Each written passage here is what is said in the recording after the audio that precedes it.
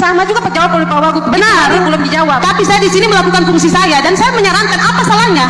Apa salahnya kalau saya menyampaikan itu? Kenapa ibu panas? Tapi kan bicara. Tidak begitu pimpinan. Saya pun menyampaikan dengan baik-baik. Saya tidak marah-marah. Anda adalah pimpinan rakyat, pimpinan DPR. Biarkan saya menyampaikan aspirasi saya. Anda tahu aturan atau tidak? Sidang baru dibuka, kenapa langsung interupsi? Itu aturan. Anda pun harus tahu aturan. Mati nih. Jangan kasih mati-mati. Lanjut aja. Nah, makanya kalau pun bilang, jangan begitu pimpinan. Pandangan fraksi tadi kan sudah dijawab oleh Pak Wagub. Pertanyaan yang sama juga terjawab oleh Pak Wagub. Benar, belum dijawab. Dari Partai Golkar, Agriati Yulin Mus.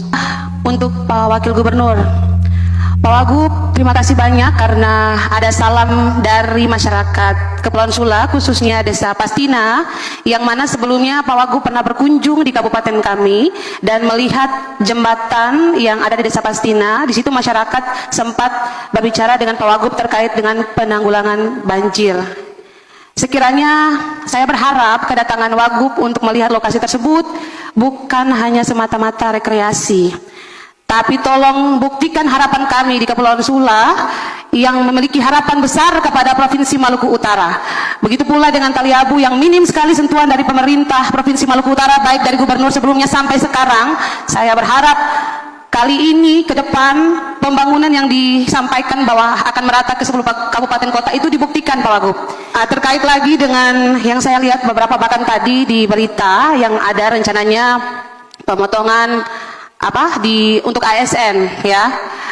Betul sekali, karena keadaan keuangan fiskal kita yang kurang baik, mungkin pemerintah mengambil satu kebijakan-kebijakan yang dianggap penting untuk kebaikan keuangan kita. Namun harus diingat kembali bahwa kami di Malut ini, Provinsi Maluku Utara, kurang lebih ada 9.000 ASN. Nah, ini harus dipertimbangkan kembali opsinya untuk pengurangan tunjangan untuk ASN. Karena kenapa? Itu berpengaruh langsung dengan perputaran ekonomi yang ada di Maluku Utara. Bisa dibayangkan kalau itu terjadi, UMKM juga akan berpengaruh, retribusi pajak juga akan berpengaruh, masyarakat yang notabene kerja di pelabuhan speed-speednya juga akan, itu sangat mempengaruhi perputaran keuangan kita di daerah kita. Jadi, kalaupun mau dilakukan pemotongan, cobalah pemerintah bersama tim keuangannya untuk meminimalisirlah di belanja modal, mungkin barang dan jasa, efisiensi yang tidak dianggap rutin, ya itu yang disasarkan. Pak Ibu Yulen, tadi Pak Wagub sudah jawab yang tadi, ya. Jadi tidak usah ulang-ulang lagi. Jangan pimpinan, saya berhak menyampaikan apa yang saya harus sampaikan. Kan itu pandangan fraksi Anda kemarin yang sudah dijawab. Kalau mau bilang berarti, mau pimpinan berbicara dengan pandangan fraksi, buktinya masih banyak apa yang kita sampaikan yang belum terjawab. Buktinya Nasdem pun bilang demikian, PKS pun bilang, jangan begitu pimpinan. Pandangan fraksi tadi kan sudah dijawab oleh Pak Wagub. Pertanyaan yang sama juga terjawab oleh Pak Wagub. Benar, belum dijawab. Tapi saya di sini melakukan fungsi saya dan saya menyarankan apa salahnya? Kenapa ibu jadi seperti ini? Ibu di sini memang pimpinan kami.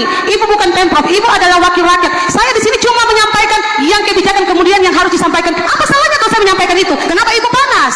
Tapi kan bicara. Tidak begitu pimpinan. Saya pun menyampaikan dengan baik-baik. Saya tidak marah-marah. Saya menyampaikan kira-kira mungkin bisa di bidang yang lain yang dioptimalkan. Tapi bukan berarti Anda mau membantah saya di sini. Anda adalah pimpinan rakyat, pimpinan DPR. Biarkan saya menyampaikan aspirasi saya. Bicara tuh yang langsung. Bicara yang apa? Saya menyampaikan sebagai fungsi keuangan. Oke, lanjut, Anda lanjut, tapi jangan berulang-ulang lagi dengan masalah yang sama. Makanya kalau orang menyampaikan jangan langsung dipotong. Anda menyampaikan waktu diberikan kepada saya, Anda potong. Silakan. Baik, terima kasih untuk kesekian kalinya waktu yang diberikan kepada saya. Dan untuk kejadian hari ini, tentunya banyak fraksi yang keluar, oke, tidak masalah, mungkin itu dengan pandangan mereka masing-masing. Namun pimpinan juga harus tahu bahwa ketika orang meminta interupsi, biarkan mereka memberikan waktu. Kalau pada akhirnya mereka harus keluar, ya mereka keluar, tapi mereka diberikan waktu sebentar. Tidak masalah, barang ini tetap jalan. Kalau memang hari ini pertemuannya tidak perlu quorum, kan tetap jalan saja. Tapi biarkan mereka dikasih waktu sebentar. Ini Anda langsung membiarkan begitu saja. Kenapa mic saya mati nih? Anda tahu aturan atau tidak? Sidang baru dibuka, kenapa langsung interupsi? Itu aturan. Anda pun harus tahu aturan. Kemarin Anda juga karena dipimpin oleh Pak Kunto Daud, tidak juga kalau saya berbicara aturan. Tidak ada aturannya. Kalau sidang baru buka tuh langsung diinterupsi, itu tidak, itu melanggar aturan. Kalaupun itu melanggar aturan, jangan kasih mati-mati. Tergantung pimpinan sidang paripurna itu. Tes 1 2 mati nih. lanjut aja. Nah, makanya kalau Nah, Ibu, 612. coba kita mau tertibkan dulu nih. Pertama begini, paripurna itu ada kode etiknya. Kita diatur di dalam tata tertib. Pengendali paripurna ada pada pimpinan sidang. Sepanjang pimpinan sidang tidak memberikan kesempatan kepada anggota untuk memberikan tanggapan, maka tidak bisa, itu etik. Kita harus pahami soal mekanisme etik paripurna. Pimpinan ditetapkan sebagai pimpinan harus kita hargai. Jadi ketika pimpinan membatasi apa yang disampaikan oleh anggota, maka Anda bisa pimpinan sekedar memberikan leluasa terhadap anggota, tetapi hak prerogatif pimpinan untuk membuktikan kapan saja itu adalah milik pimpinan yang memiliki hak prerogatif untuk memimpin sidang. Kami tegaskan sekali lagi, tekankan kode etik dalam rapat paripurna sehingga paripurna itu menjadi paripurna yang marwah di hadapan publik. Terima kasih. pimpinan, tadi saya belum selesai. Untuk Tidore, saya akan masukkan khusus untuk Payahe Dahepodo. Lain dengan jalan Payahe Dahepodo. Pergantian gubernur dari satu gubernur yang lain sampai pada hari ini di Indonesia ini Dahepodo ini belum jelas. Oleh karena itu maka keberpihakan APBD provinsi terhadap kabupaten kota kita fokus saja untuk Tidore itu adalah di dalam Dahepodo. Saya setuju untuk fokus di Payahe Dahepodo 2026. Kemarin dari hasil rakor kepala daerah, Sekda Kota Tikep minta seluruh bantuan dari Pemprov difokuskan kepada ruas Payahe Dahepodo. Dahepodo itu ada 46 kilo, tapi yang rusak hanya 22 kilo. Dari 22 kilo, kita akan lapen 8-10 kilo, kita lagi hitung-hitung angkanya, dan sisanya akan kita selesaikan di tahun 2027. Jadi Payahe Dahepodo yang rusak 22 kilo kita selesaikan di 2027, 2026 dapat 8-10 kilo, sisanya 2027. Dahepodo Saketa total 50 kilo sekian, yang rusak juga 22 kilo.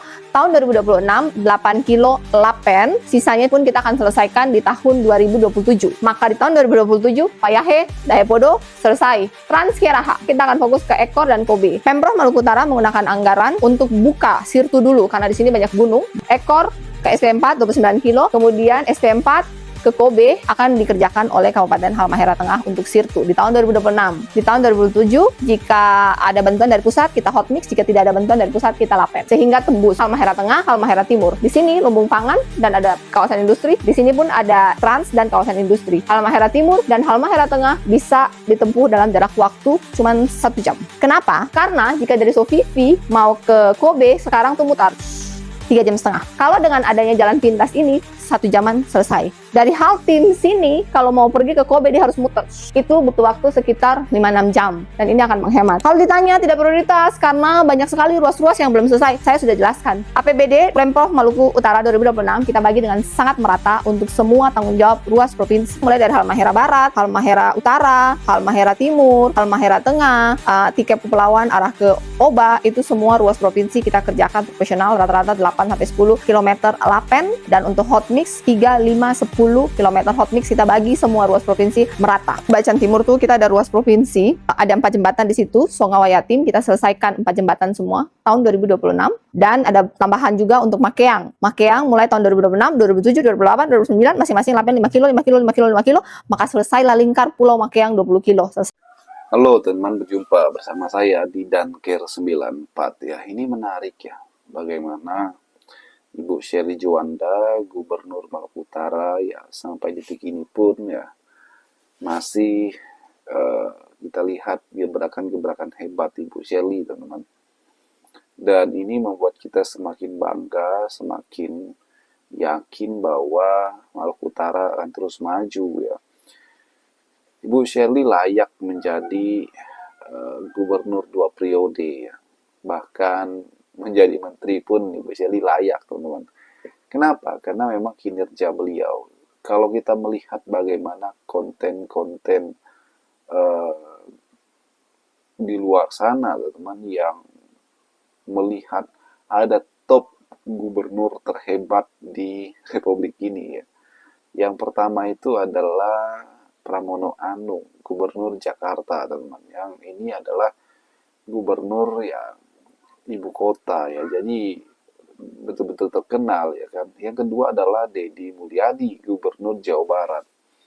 Dan gubernur Jawa Barat Deddy Mulyadi ini juga sangat terkenal karena kinerjanya, kemudian sosialisasinya ke masyarakat. Dan ketiga ini adalah Ibu Sherly Juanda, dan ini adalah hal yang sangat membanggakan teman-teman ya. Jadi jangan dianggap bahwa Ibu Shirley ini main-main ya. Ini adalah sebuah hal yang sangat luar biasa menurut saya. Gubernur dari Indonesia Timur bisa bersaing dengan gubernur di Tanah Jawa, itu adalah hal yang sangat luar biasa. Dan inilah kekuatan media sosial yang sangat baik teman-teman ya, ketika dipergunakan sebaik-baiknya. Kalau kita melihat Ibu Shirley memang sangat pintar, cerdas menggunakan media sosial untuk bersosialisasi dengan masyarakat. Nah inilah dampaknya bahwa Ibu Shirley akhirnya menjadi top gubernur ya. Ibu Shirley menjadi gubernur yang merakyat, yang dikenal orang, bahkan masuk ke dalam ya survei ya kan. Ini adalah hal yang sangat membanggakan teman-teman. Nah di sisi lain ya, kinerja Ibu Shirley juga mencerminkan ya kemajuan ya, gebrakan-gebrakan hebatnya. Jadi tidak salah beberapa masyarakat juga yang komen di kolom komentar saya bahwa Ibu Shirley itu cocok jadi wakil presiden, Ibu Shirley cocok jadi menteri. Nah ini adalah sebuah prestasi penilaian orang kepada Ibu Shirley yang membanggakan teman-teman.